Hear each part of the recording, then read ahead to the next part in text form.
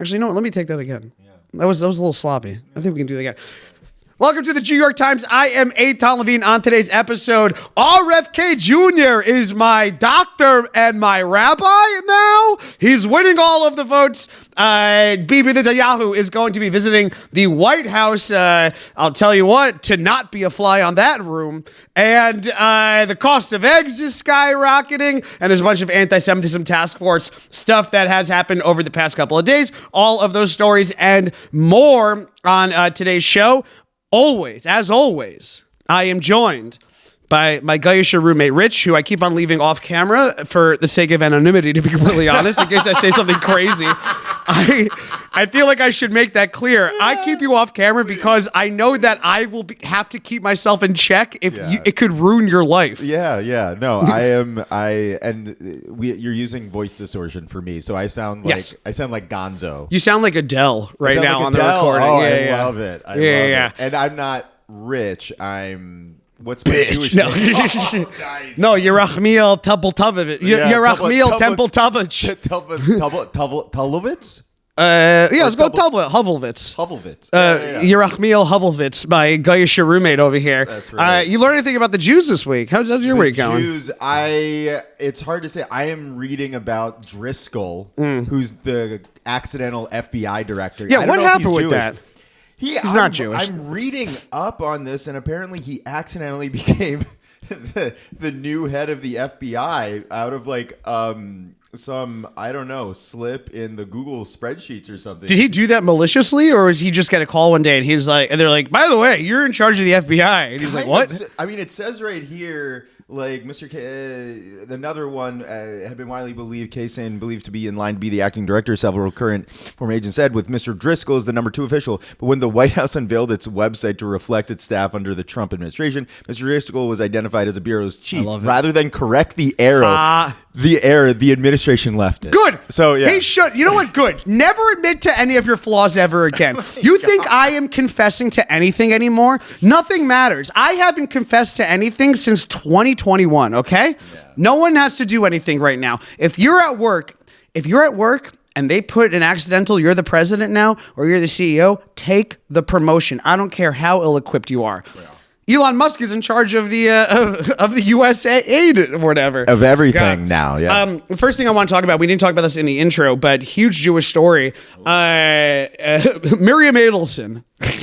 Luka Doncic. Oh, my God. And Anthony Davis had a little bit of a post-Shabbos snafu is what I would call it. Miriam Adelson, who owns the Dallas Mavericks. The Mavericks were involved in arguably the biggest fleecing of all time. It was a very lopsided trade. What's interesting is that Mark Cuban sold the Dallas Mavericks to Miriam Adelson, who are famous Jewish Vegas royalty. They own. They're just big, fancy, big, rich, wealthy, big ass Jews. I don't know how to call them. They own the Sphere? No, that's James Dolan. Oh, right. James Dolan, a non-Jew. Right. We wouldn't do the Sphere. We would do a full circle. Okay.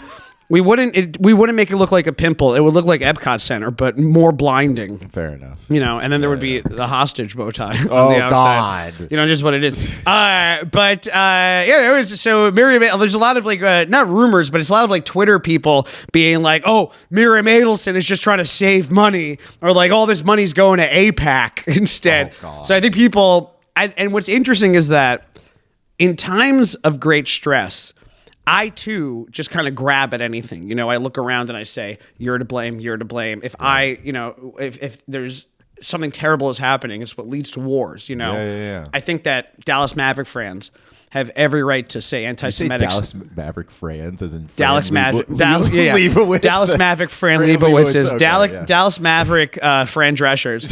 Dallas Maverick fans have God, I did it again. Dallas Maverick. It's a tongue twister. It's a big tongue twister. Dallas Maverick fans have every right to be anti-Semitic to Miriam Adelson because of this trade. If I'm a Mets aren't. If I'm a Ranger fan. Actually, no. Let's say this. I'm a Met fan. Let's say tomorrow Steve Cohen sells Juan Soto for DJ LeMahieu to the Yankees. Some nobody. Yeah. I also would probably say some fairly anti-Semitic stuff about Steve Cohen. Yeah. I think that out of all the times, as long as it doesn't turn violent, I think you can call her like a dirty, filthy, cheap Jew bag. That's what I'll say. I'll say that. I'm off camera. That's right. Rich is off camera, so I can say this. And I'm serious. That's actually a real thing. If you were on camera, I would have to double think. Am I allowing the audience to call Miriam Adelson a dirty Jew bag? That's what I gotta know. Anyways, so I feel very bad for Maverick fans out there. Mark Cuban didn't know, so anyways, it's what it is. It will go down as one of the craziest deals of all time. Moving right along, RFK is the Health and Human Services director, or at least he got past the Senate vote right now. The big story, of course, is that there were, there's a famous Republican doctor who had to decide whether he was going to vote for RFK or not. This to me is the scary one. It's not that I get any, like Hegseth, what can you do? Hegseth is Hegseth. Yeah. All the labor guys, the energy guys, that putting that oil tycoon in charge of energy, like that's unavoidable. I don't think you can do that. RFK becoming Health and Human Services guy, he will kill us. This will end, our lives. And it's funny because the Republicans, I gotta feel like if they're scared about any of these elections, this is the one where they were, nominating and they were like, oh God, I don't know if I want to do this one. Yeah. I don't know if I want to die of polio. I mean, as you said, there was the Cassidy, who's a Louisiana Republican and physician, said openly, I've been struggling with your nomination. Please don't make me do this, guys. I love my wife. In short, I'll try to paraphrase this, but he asked, does a 71-year-old man who spent decades criticizing vaccines and has a financial stake in finding fault in them, can he run a vaccine policy in the United States? The answer is yes. Yes, he can. I actually think that all vaccines should be money run. That's what it should be. What? Why don't we be open about it? Why don't we Sheryl Sandberg this? Why don't we lean into capitalism? That's right. Just say, you know what? Make everything a privatized dog eat dog. Here's what I think. Darwin. Every year, there should be a list of all of the medications. You put it on a big board. Right? Huge and board. You put next to it the cost to make the drug. Right. And the average cost per pill. Mm-hmm. And then every year, the bottom 10% of that list gets cut. You can't, the pills have to go away. This will force the market to make more economically friendly pills. That's what I would do. I would get rid of the bottom 10% performing pills, treat this thing like an Amazon warehouse of health, and that's how you do it. That's how we go on down the line. Who am I for suggesting the greatest idea of all time? I mean, it's like a draft. You treat this like UEFA. You treat this like European soccer. If Dortmund does bad one year, then it gets relegated to the Champions League. If amoxicillin doesn't have a good year, bye-bye amoxicillin. Gone. Done. Out. I mean, RFK, since he's not even Jewish. Why are we having a non-Jewish Health and Human Services guy? Fair. They should all be Jews, or they should be, I'll be honest about this, some form of Asian. They should be Jewish or Asian, any other, black also, yeah. I get it. In fact, I'll say them all. Race is not the part that is the issue here. No. It's purely Judaism. That's right. That's it. You know what? I feel like if I were, your great aunt or something like that, and it's like, have you thought about submitting a packet to SNL? Have you thought about auditioning for SNL? Eitan, have you thought of submitting your podiatrist for the Health and Human Services head? By the way, shout out to my podiatrist. This is a real thing that's happening. We're going to be revealing this over the next couple of weeks. I asked him if I could sign a headshot and put it up on his wall, and he said yes. So there's the 86th Street podiatry place. I forgot what it's called, but if you walk in there and you're like, oh my God, is that Eitan Levine from the New York Times? The answer is yes. Yes, it was. Anyways, moving right along, Bibi Netanyahu is coming to the White House this week. They actually extended the amount of time that he was staying there, if I'm not mistaken. Trump says that these are, and this is a quote, are you ready for this? Yeah, let's do it. Very big meetings. These are very big meetings that they're having. Meetings. Before, they were having tiny little meetings, little morsels of meetings. Today, it's the first time they blew it out. It's a huge helping. Catered. Yeah. I got one word for you. catered. Is Netanyahu staying at the Ramada? I think Netanyahu. That's so funny. No, Netanyahu is staying at the Chabad house in Washington.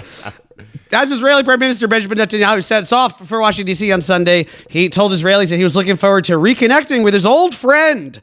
Ugh. I'm leaving for a very important meeting with President Trump in Washington. The fact that this would be the President Trump's first meeting with a foreign leader since his inauguration is telling. I think it's a testimony to the strength of the Israeli-American alliance. It's also a testimony to the strength of our personal friendship. God, first of all, let me just say, these two are the worst. The last documentary in the world that I want to see is these two in a tiny little Italian car just traversing the coast. Are you thinking of, instead of comedians in a car getting coffee, it's dictators in an armed escort.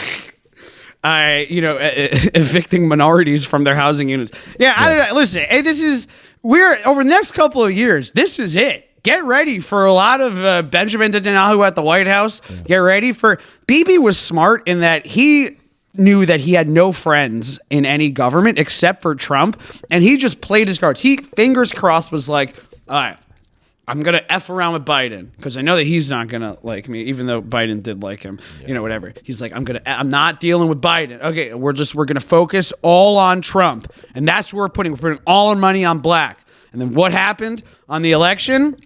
Triple black. He won. And now he's just here. It's the first time that there's a foreign minister, that is coming over to the White House. It's interesting. I wonder if the Adelsons are going to be there. It will be the first public appearance for the Adelsons after selling Luka Doncic to the Lakers. But according to Trump on the other side, among the very important issues, quote, I expect to discuss, he said, victory over Hamas, achieving the release of all our hostages, and dealing with the Iranian terror access in all its components. Which, by the way, the Iranian terror access, that's not around anymore. This is one of the most lopsided victories in any conflict, in the history. I won't say that. This is one of the most lopsided victories in modern history. If you think about the past 430 days, since October 7th, it's actually pretty astonishing to think that attack by Hamas, there was such a a domino effect throughout the entire region where that led, to to the Ayatollah getting killed, to Syria falling, Russia. You can make the argument that Russia had to go get North Korean troops in order to deal with Ukraine because of this stuff. And it's wild how, if you look at just how biblically one-sided, and it is awful that it came, that this happened at all. It's awful that this happened after a awful terrorist attack. But what since has happened then is absolutely astonishing, and the region will be completely changed forever. I think that we are going to start to see things where parts of Gaza are being sold off to the Kushners. I think that they are really going to cut Gaza in half, and they're going to give part of it to developers, and the bottom half is just going to become like a slum that's going to get, not looked after. There's a whole issue now with the West Bank. I don't know if you know this, but there's one of the executive orders or one of the petitions, whatever, was to change the West Bank into Judea and Samaria, the name, which I think they should change to Donald Trump Presents, a Judean and Samarian experience as part of the Wynn Casino. No, but this is what is going, he's going to push this crap through. The executive order on the Gulf of America, that's not happening. Or maybe that will happen. Did that happen yet? I mean, well, all I know is Google said that they will update their things when they get the right paperwork. Okay. Wait, so there is paperwork? Apparently they just need to file something. Can I just call something like the Gulf of Aton? I think so. Can I call a portion of the what's it called, the Hudson, the Aton Strait? I think you just have to file 1095A and no, I don't. 1095 Aton. No, I'm not registered. Thank you. I refuse to register with the Sea Committee. Yeah. I'm not registering with those boat mongers. Okay, that is not what I do. But yeah, anyway, so Donald Trump and Bibi are going to be there. It's really interesting also where we're at this point where for Bibi, what comes next is a mystery because the war is winding down. You're running out of ways to elongate what happens in there. The Israelis are fatigued of this. The Israelis didn't like him that much beforehand. He's kind of just survived by just hanging around, just sticking it out. So now that we're at the end of the war, he's going to essentially probably go to Trump and be like, okay, I kept by you. I got all of the people to donate money to you. I got all these people to kind of side with you. What are you going to do for me now?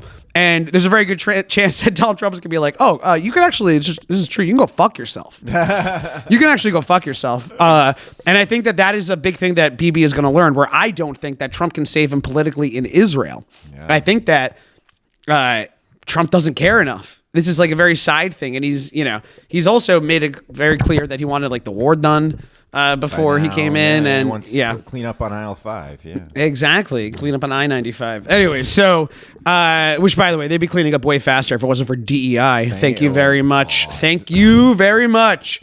God, what is the stupidest thing? You know what I'll blame on DEI? Gluten-free matzah tasting better than regular matzah. I blame that on DEI. I should not know that that's accurate, okay? DEI got me that answer. I don't know the logic of that. So it's just better. It's a better crunch. Okay. It's a better crunch and a better chew than regular matzah. So you take out the gluten, then it's better crunch. Because it's a potato starch and something like that. Like, it's more of a chip. If we're talking about the thing about matzah that people like, isn't the fact that as you chew it, it gets like a little bit cardboardy and like clumped up in your mouth. Right. What you like about it is the crunch. So it's like, how do you make the crunch more crunchy? Has Manischewitz gluten-free and Nestle ever like done a crossover thing? They hate each other. Ever since the war of 1918. No, they. I have no idea. I honestly, I don't know. I gotta assume that they haven't. It seems like these are two brands. I don't think Manischewitz does much stuff with anyone except for Manischewitz. That makes sense. Anyways, all right, moving right along. 1 point of consistency. This is from the JTA. 1 point of consistency amid Trump's rapid changes. A drumbeat of federal campus anti-Semitism investigations. So, over the past couple of weeks, one thing that has actually, I will say this, the through line has, since he started, has been getting colleges to be investigated for anti-Semitic stuff that has happened. As part of his a tear down of the education department. Jesus Christ. What the fuck is this? Every time I say something, it sounds like a made up line, you know, where I'm like, Donald Trump is going to be up. He's going to be moving all the subways above ground, and we're just going to have to live with that. Anyway, so, he, as part of his plan to dismantle the education department, he's brought up a bunch of these like I know it's crazy.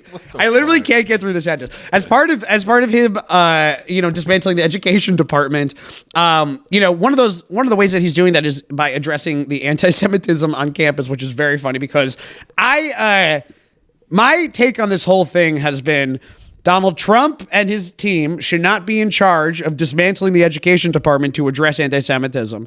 That being said, what did you want to happen? Like, this has been an issue for years and went unfixed for years. I've ranted about this in other podcasts, so I don't need to do that here. Maybe I'll rant on it on my Instagram. But there was no reason for it. Whatever. So there was a reason for it. I'm saying that there was no fix to it. So now we're at a place where you have like a group of people who should not be trying to fix this, the ones that are in charge of fixing this.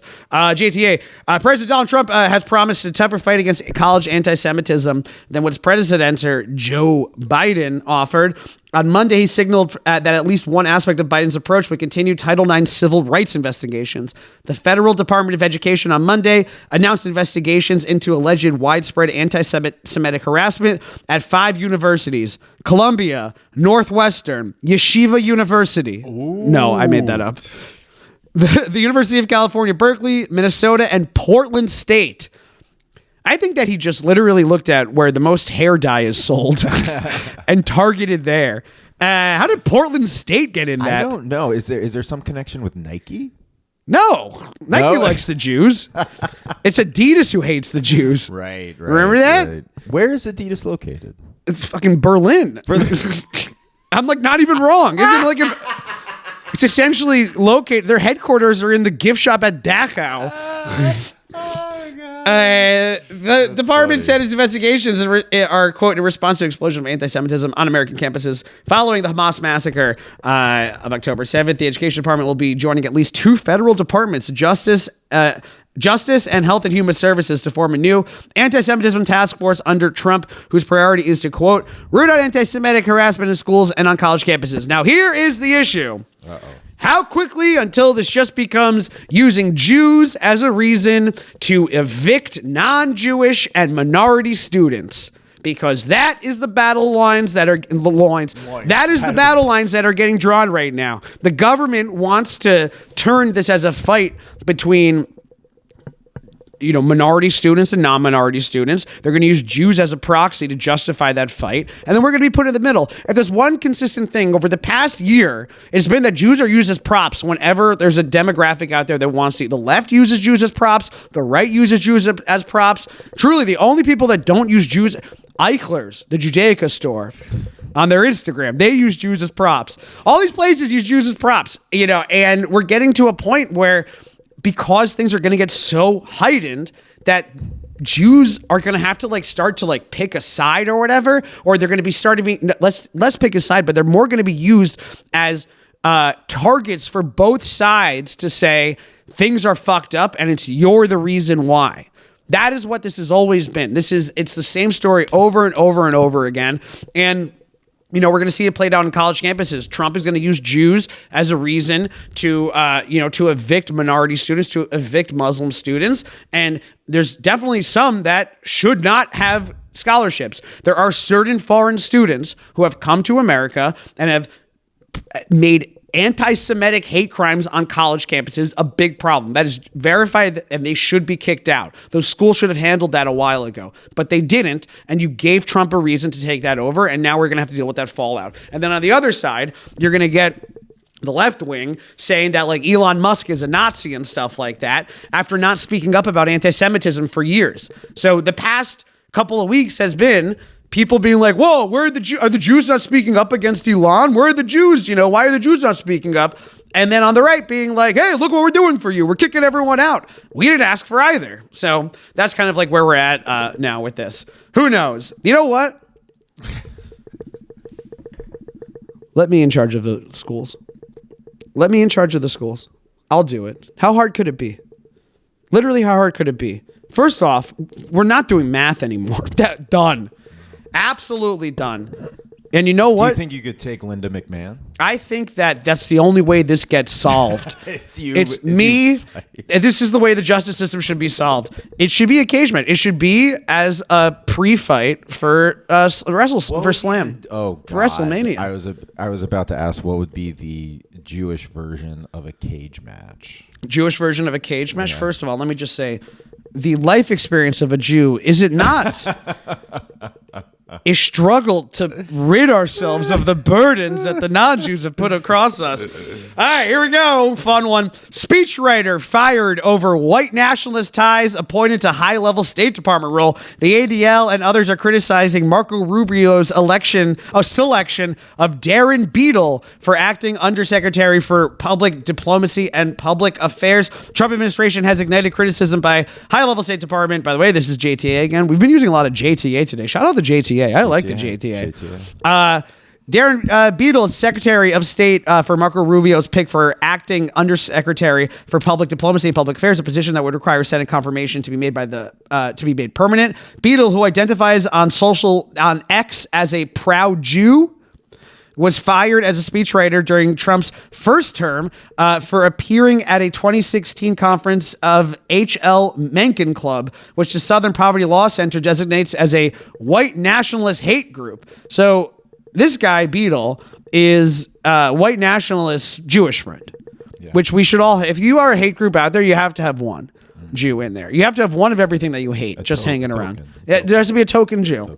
And you know what the thing is? Jews, we love tokens. Oh, no. Hey, Rich, again, why did you say that? I am off camera. God, Rich. I am. Rich, heil me real quick. No. Okay, here we go.